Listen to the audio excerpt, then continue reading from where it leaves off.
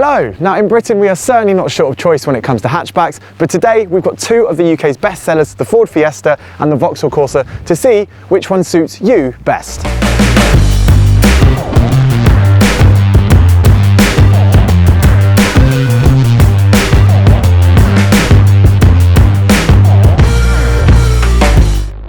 When it comes to the Corsa, the car we have here is an SRI Premium, which means it's got a sensible 1.2 litre turbocharged petrol engine, but it also has sporty bodywork, nice alloy wheels, and a slightly uplifted interior. I think overall this car is going to appeal to everyone, whether you're young or old. It looks pretty smart, doesn't it? So whether you're a first-time buyer or a young couple, or maybe even a small family, this thing is going to be pretty handy. Whether you drive around town where it's nice and peppy and nippy, as we'll find out in a bit, or whether you're up on the motorway, this thing is a nice, tough car, and that's why they sell so well. In fact, this has been the UK's top seller multiple times in recent years. Now, when it comes to our Fiesta, we've got an ST line with the 1 litre mild hybrid engine. So that means it's got peppy performance, good torque, good fuel efficiency, and it sounds really nice, again, as we'll find out shortly.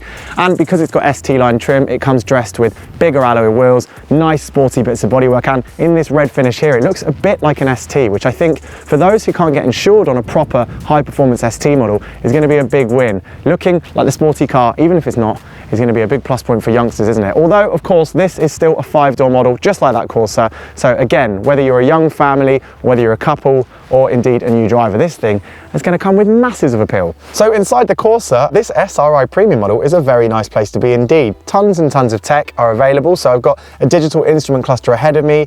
Okay, it's not the most intuitive to use. The menus are a bit fussy really, but actually at the same time, you're probably just going to get in and connect Apple CarPlay or Android Auto. And then of course you've got a digital instrument cluster ahead of you, which has loads of information, nice, crisp and clear. This high grade model has a lot of driving assistance tech as well. You've got cruise control. I've also spotted that I've got heated seats. There's a sport mode, which sharpens up the accelerator, as we'll find out shortly.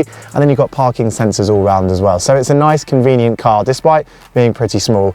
Although it isn't in any way exciting in here. It's pretty bland. There are some flashes of red on this particular car's dash and on the seats, but it's more sensible than sporty. Up front in the Fiesta, I'm a big fan of this layout, mainly because everything is very similar to what you get in the Fiesta ST, and I think that car is bang on when it comes to seating position and the driving dynamics of that car. Now, it's very much the same in this machine here. The seating position is excellent. I think the steering wheel is great, and I think all of the dials and visibility around you are perfectly placed for you to be able to use them without much thought. But that being said, you only get a smaller infotainment screen here, and you don't get a proper digital display ahead of you. I've got 2 analog dials and then a small display ahead of me. So when it comes to tech, the Corsa definitely wins that battle. Although I would emphasize that this car does feel a little bit more sporty, a little bit more interesting, and the interior is just that much more exciting. Whether it's because of the red stitching on the seats or whether it's because of that seating position I mentioned, it just feels a little bit more sporty and a little bit more youthful. So I think for some buyers, that's going to be key.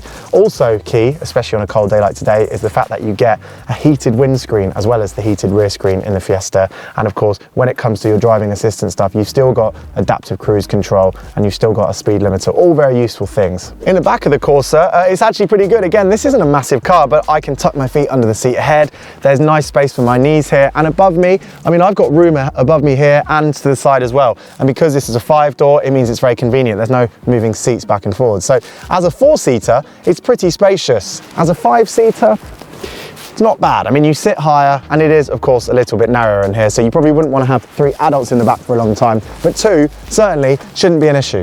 Now, in the back of the Fiesta, things feel a tiny bit bigger. I mean, it's only a small amount, but there's more space under the seat ahead of me for me to tuck my toes, and there's a little bit more space here on the back of this seat. It's set in the same position as I would like it for this seat.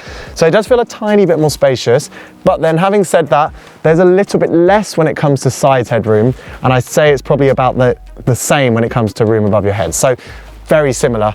2 seats in the back are very good for adults, and the middle one is a little bit wider again, I would say. This car does feel a little bit more spacious, but again, you're not going to want to have 3 adults in the back of this car for a very long time. 2, absolutely fine. 3, maybe not for your longer journeys.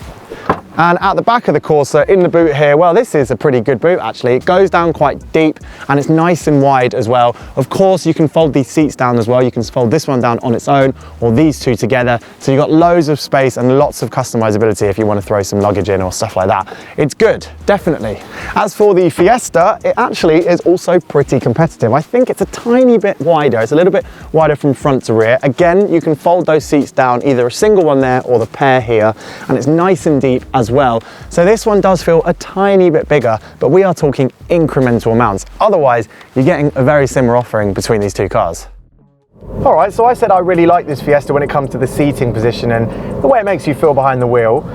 Is that true when I'm driving the thing? Well, yeah, absolutely it is. I'm a massive fan of these Ford Fiestas. This car is the updated version with the facelift on the front and the rear, but basically it's the same as the car we've had for a few years now, and that's to say it's a really nice thing. It drives really well, and now this 1 litre EcoBoost engine has a mild hybrid motor to work with it, so it's got a little bit more torque. It's just a bit more zippy from low revs, and I can prove that if I put it into 4th gear. We're doing 40 mile an hour. Let's pretend you're on a dual carriageway and you're about to overtake a lorry. Put your foot down. I'm only half accelerating.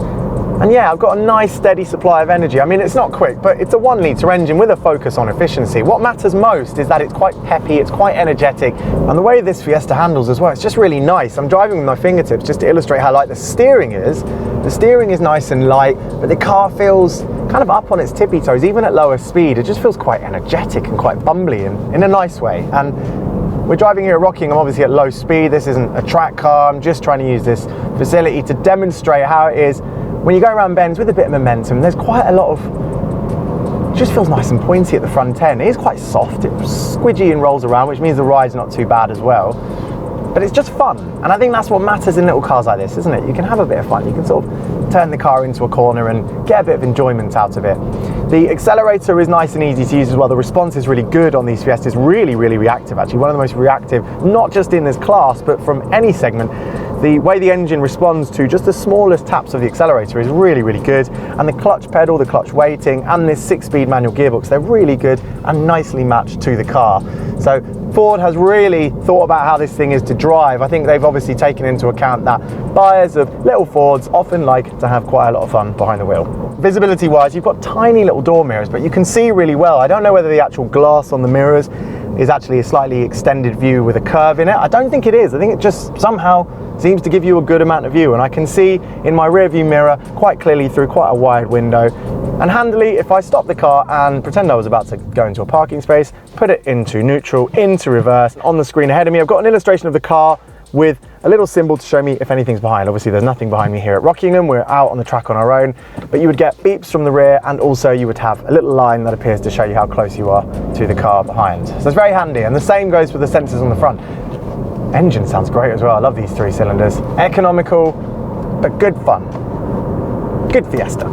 So now to see what this Corsa is like on the road, or actually at Rockingham. We're using Rockingham to simulate a nice open road. And I know these Corsas pretty well. They ride nice and softly, and even in this SRI premium trim, which as I said looks a bit more sporty, you still get a really comfortable, very easy to drive car. In fact, I learned in a Corsa way back when I was learning to drive, a couple of decades back. And so there is a bit of familiarity in this car, and it's a good thing. I can see why they're still very popular with driving instructors. Everything is so light. The steering is supremely light.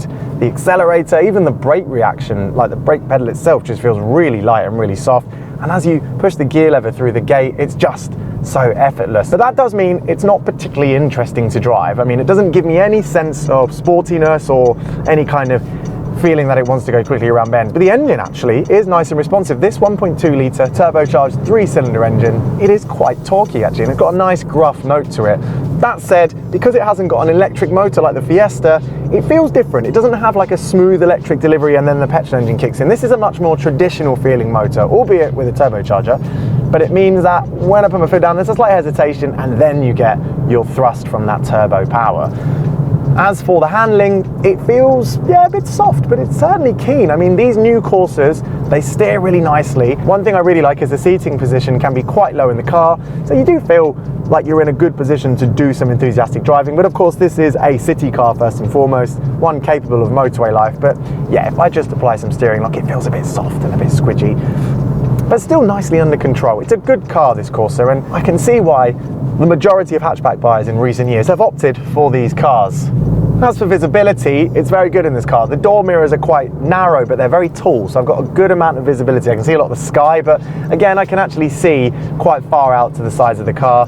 Good visibility through the rear as well. And handily, if I bring the car to a stop and pretend we've found a parking space, if I put it into reverse, I've got some parking sensors, and I've got an illustration on the screen so that when I reverse close up to a car, I can't see a camera view like you do on bigger models, but I can see a line which tells me how close I am to the car behind, and the thing will start beeping at me as well. So it's very easy to drive. Now this 3-cylinder engine, it's quite bassy, it's got a nice tone to it. And talking of bass, by the way, both of these cars have pretty good sound systems. There's quite a bassy one in this Corsa, although it must be said that Fiesta's one, I just prefer it a little bit. It's a bit more customizable, and also it's quite powerful. So that stuff matters, doesn't it? It really does in cars like this. So as you can probably tell, I'm a big fan of both of these hatchbacks. They offer youthfulness and practicality, functionality and good looks in equal measure. I think choosing between either of them is going to be very much a subjective decision. I would have to say the sportiness of the Fiesta definitely wins me over. But if you want something a little bit more sensible, maybe a little bit more subtle, then that Corsa with its 1.2 turbo petrol engine, but slightly more restrained looks, I think is probably going to appeal to that sort of buyer. Either way, you've got a fantastic pairing here, and I think fundamentally, we're very lucky to have them both available.